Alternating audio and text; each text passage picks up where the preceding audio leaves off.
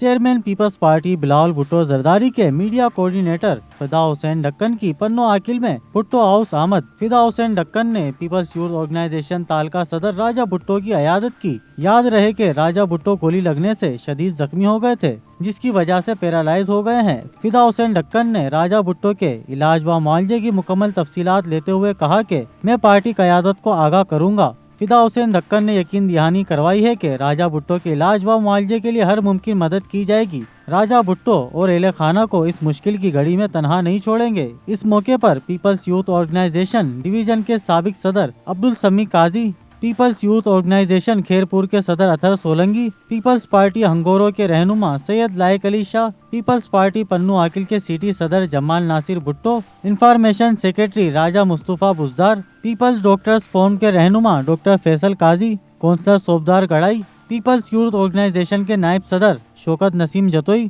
Peoples youth organisation Pano Aqil के सदर मियाँ जावेद एंदड़, तालका पन्नू आकिल के deputy general secretary Imtiaz Mahsar, नायब सदर इरफान बिल्लू, सीनियर नायब सदर रफीक इनकलाबी व दीगर मौजूद थे।